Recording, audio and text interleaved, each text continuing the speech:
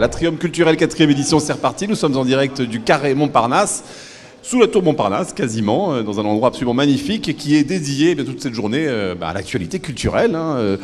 Tous les théâtres sont là, tous les programmateurs sont à votre disposition, les comédiens, certains directeurs de théâtre sont là également. Enfin bref, on a tout fait pour que les comités d'entreprise puissent être au plus près du contact de ceux qui font l'actualité culturelle 2015-2016. Voilà, l'Atrium culturel organisé par le groupe Up. Ça a changé. Avant, c'était le groupe Chèque Déjeuner. Désormais, c'est le groupe Up, toujours plus haut. Je suis avec une ravissante comédienne chanteuse, Émilie Pello, qui va être prochainement à l'affiche dans une merveilleuse comédie musicale, du théâtre musical. Comment est-ce qu'on pourrait appeler ça ? Alors on peut dire que c'est une pièce musicale, mais c'est pas une comédie musicale. Il n'y a pas de danse, il n'y a pas de grand décor, il n'y a pas vraiment de dialogue. C'est plus un concert mis en scène. La ruelle de la Belle Écume. La rue de la Belle Écume. La rue de la Belle Écume, pardon. Ouais. Ouais.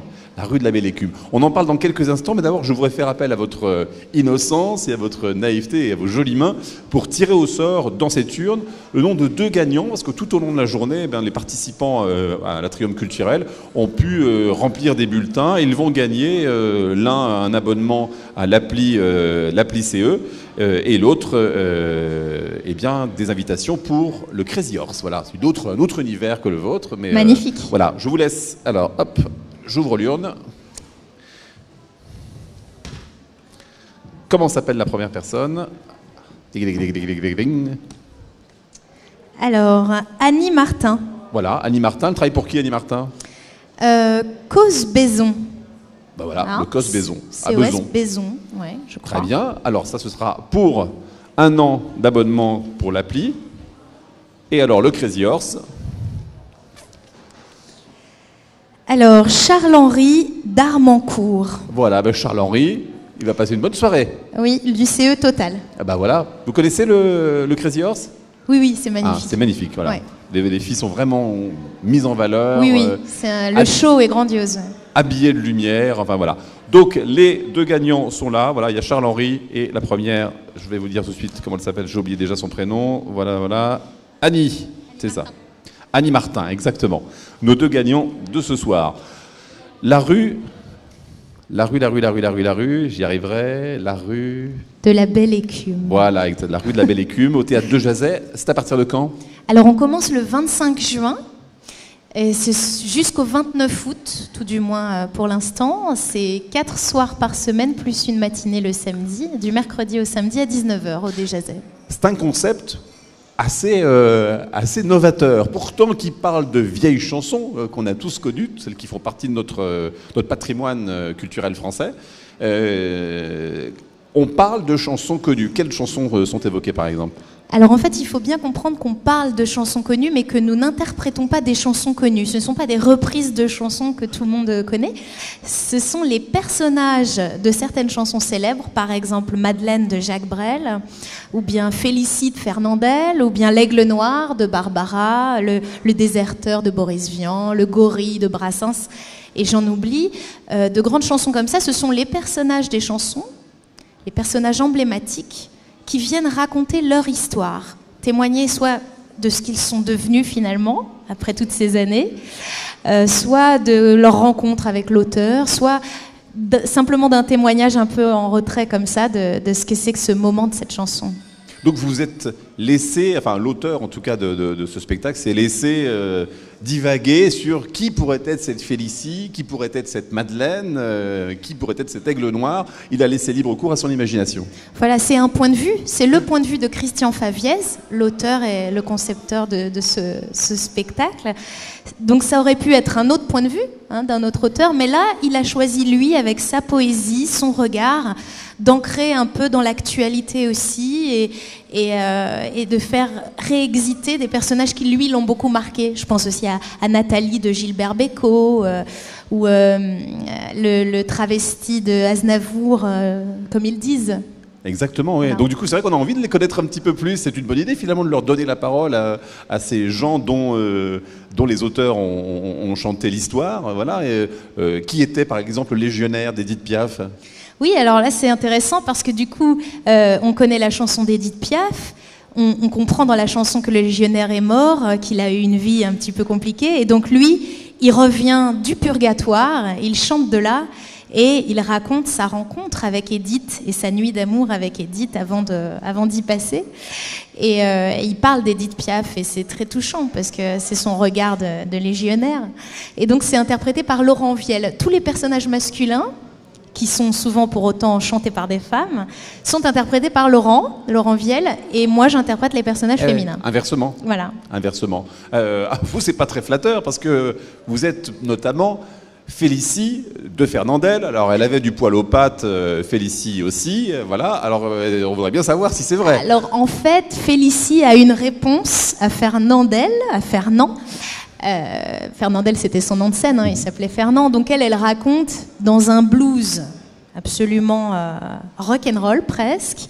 Elle va répondre à ça, et au lieu de dire attendez, de se laisser faire, elle va dire non mais ça s'est pas passé comme ça. Et elle raconte la soirée de rencontre avec Fernand en disant, si je voulais que je vous redonne un petit, quelques mots. Un petit début, par exemple, elle dit Jeanne Calment était fillette lorsque ce monde m'a vu naître, et que mon père à la mairie décida de m'appeler Félicie.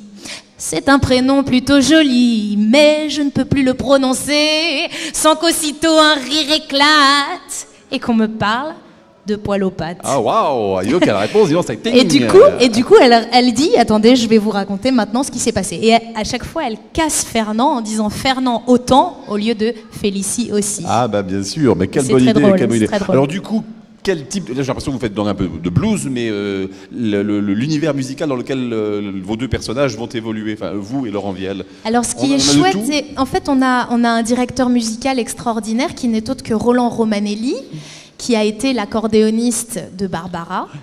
Donc lui, il est sur scène avec nous, il joue l'accordéon et le piano. Et il y a un guitariste génial aussi qui s'appelle Jeff Mignot. Tout est joué live, en acoustique comme ça. Et on passe à travers la chanson française un peu musette, on passe à travers le jazz, on passe à travers le blues, la soul et la grande variété bien sûr. Il y a des chansons avec des refrains...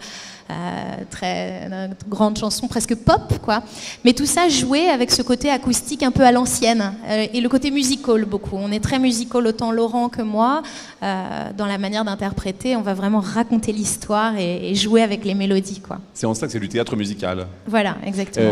Vous êtes combien sur scène? Vous êtes 4 il me semble, hein? On est 4, voilà, 2 chanteurs comédiens et 2 musiciens. Ça se joue à partir du mois de juin, fin juin. Le 25, on fait la première le 25, et puis à part au début juillet où il y a une petite coupure de 2 jours, on joue du mercredi au samedi, tout l'été. Alors vous l'avez déjà joué quelques fois, peut-être une petite dizaine de fois il me semble. Voilà, oui. Comment étaient les réactions du public? Alors c'était génial parce qu'on a joué d'abord à la Nouvelle Ève, qui est un cabaret un peu plus intimiste que le De Jazet où nous allons cet été. Et donc on était beaucoup avec la proximité des gens. Les gens étaient très variés dans la salle, des gens qui connaissent par cœur ce répertoire de l'époque, Brassens, Brel, Ferré, et des jeunes ou des gens qui sont plutôt rock, pop, rap, je sais pas. Et ça a été assez unanime comme réaction. L'émotion était palpable et j'ai aimé que les gens qui ne connaissaient pas tellement ce répertoire viennent me voir et me disent c'est dingue parce que même si on n'a pas écouté la chanson originale, on est quand même sensible à l'histoire de ces personnages. Donc c'est super. Je trouve que pour l'instant, en tout cas, ça donne vraiment envie de voir comment ça peut prendre dans la régularité cet été. Ouais, ça donne envie de vous écouter, puis ça donne envie aussi de peut-être de redécouvrir. De réécouter, titres, exactement. Voilà, les titres originaux. C'est ça. Ça donne envie de réécouter pour comprendre les références. Et ce qui est bien, c'est...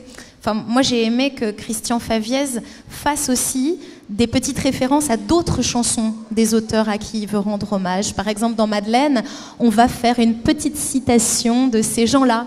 On va faire une petite citation d'une autre chanson, et que ceux qui connaissent vraiment le répertoire de Brel vont retrouver tout Jacques et pas seulement Madeleine. C'est un théâtre super. De la chanson et de la chanson française, le De Jazet. Oui. Ah, vous le connaissez un petit peu. Il me semble que c'était le théâtre de Léo Ferré, il me semble. Hein. Alors ça, je sais pas. Je peux pas vous répondre, mais peut-être. Et ce qui était amusant, c'est que parfois, l'histoire voulait que quand le théâtre ne marchait pas trop bien, que les recettes étaient un peu en baisse, eh bien Léo Ferré venait, bam, chantait quelques titres et Et c'était reparti pour une nouvelle aventure. Si vous me dites ça, je vais avoir les poils encore plus voilà. en chantant Vous La chantez Jolie pas, Môme. Vous chantez pas n'importe où, bah oui. Ben oui, parce que je vais chanter La Jolie Môme qui rend hommage à Léo quand même dans voilà. ce spectacle tout l'été. Donc, Vous êtes quel personnage 3-4. Alors Félicie, on avait vu. voilà, Madeleine. Madeleine. Je suis Nathalie Gilbert-Bécaud. Je suis la mère de la mère de, oh là là, de lui, Trenet, Charles Trenet. Donc c'est-à-dire que là, c'est carrément une vision poétique. Ah oui. La mère devient une femme Eh oui. un peu méchante, comme ça, qui prend les hommes. Je la cherchais, la mère de Charles Trenet. La mère, oui. MER. Bien sûr. La mère qu'on voit danser. Voilà, donc c'est elle. Je suis la mère, je suis la jolie môme de Ferré. Ouais. Et mon collègue, voilà, il est le fils du gorille et de la juge de Brassens. Il est le déserteur de il est Lyon. le déserteur, il est l'aigle noir. Et il est plein de magnifiques personnages aussi.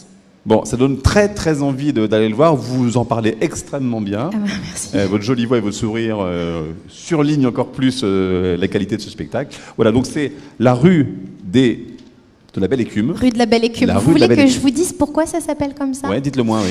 Parce qu'en fait, on imagine une rue où on retrouverait ces personnages qui racontent leur histoire. Et si j'ai bien compris ce que Christian a voulu dire, c'est que quand on met un vinyle, à l'époque, ces chansons-là, on les écoutait sur des vinyles. À la fin du vinyle, ce qui reste sur la plage de la dernière chanson, sur la plage, c'est ce petit frottement-là. Et nous, ce qui nous reste en mémoire, c'est l'histoire de ce personnage qui nous a touchés. Et les personnages de ces auteurs, ce qui reste, c'est de la belle écume sur cette plage. Quand tout est dit, Hein, pas, c'est poétique, hein. pas la peine d'en rajouter. Merci infiniment, Émilie. La rue de la Belle Écume, au Théâtre de Jazet, à partir du 25 juin. Ouais. Donc c'est dans le 10e arrondissement, si je ne m'abuse. Place de République. Place de la République, voilà, l'une des plus fameuses places de Paris, la place de la République. Voilà. Le Trium culturel, ça se poursuit dans quelques instants. Nous allons retrouver le théâtre Gérard Philippe, alors encore un autre théâtre fameux, pour nous présenter toute sa programmation 2015-2016. Et voilà, la Trium culturel, c'est toujours au Carré Montparnasse, en plein cœur de Paris, sous la tour Montparnasse, pourvu qu'elle nous porte chance. À tout de suite.